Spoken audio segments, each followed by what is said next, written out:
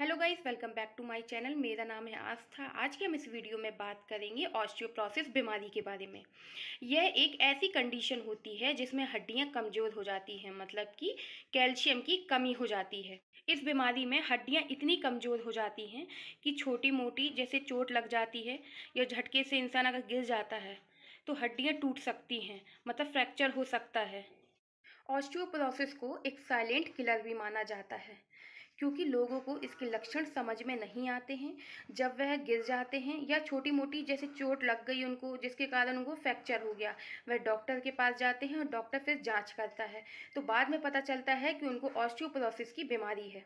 अब हम बात करेंगे इसके लक्षण क्या क्या हो सकते हैं।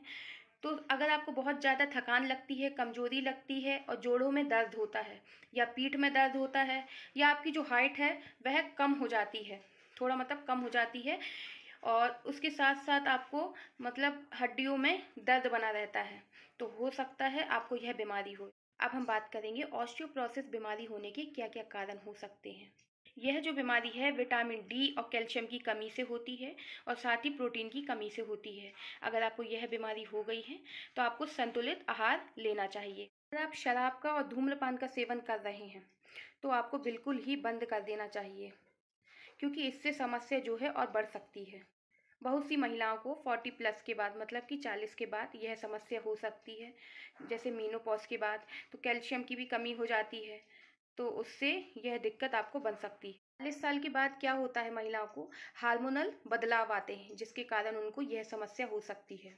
अगर किसी को ऑस्टियोपोरोसिस की बीमारी हो जाती है तो डॉक्टर उनको बोन डेंसिटी टेस्ट कराते हैं।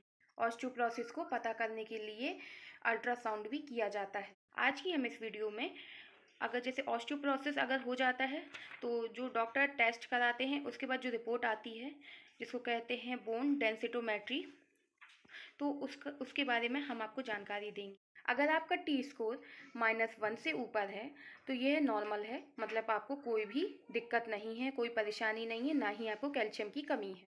अगर आपका टी स्कोर -1.1 से लेकर -2.5 के बीच में है तो उसको ऑस्टियोपिनिया कहा जाता है। अगर आपका टी स्कोर -2.5 से और कम है तो आपको ऑस्टियोपोरोसिस की बीमारी है। अब हम बात करेंगे ऑस्टियोपिनिया और ऑस्टियोपोरोसिस में क्या अंतर है। अगर किसी को ऑस्टियोपिनिया हो जाता है, मतलब कि हड्डियों में कमजोरी, और ऑस्टियोपोरोसिस क्या होता है, ऑस्टियोपोरोसिस का मतलब होता है हड्डियों में इतनी ज़्यादा कमजोरी हो जाना कि फ्रैक्चर के चांस बढ़ जाते हैं उसमें। मतलब अगर किसी को, मतलब जैसे छोटी मोटी चोट लग गई तो उसमें भी फ्रैक्चर हो सकता है, इतनी ज़्यादा कमजोरी हो जाती है।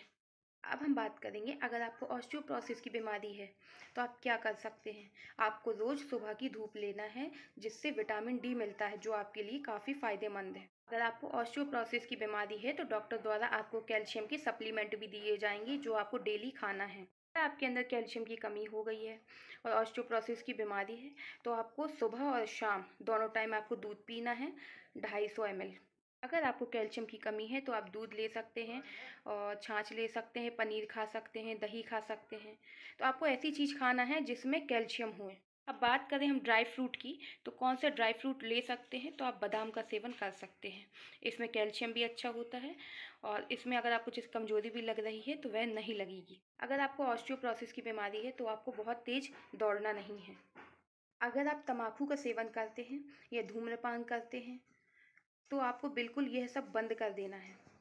चैनल में दी गई जानकारी अगर आपको अच्छी लगी हो तो चैनल को लाइक कीजिए, कमेंट कीजिए। ऐसी ही वीडियो अगर आप रोजाना देखना चाहते हैं तो चैनल को सब्सक्राइब कीजिए। Thank you.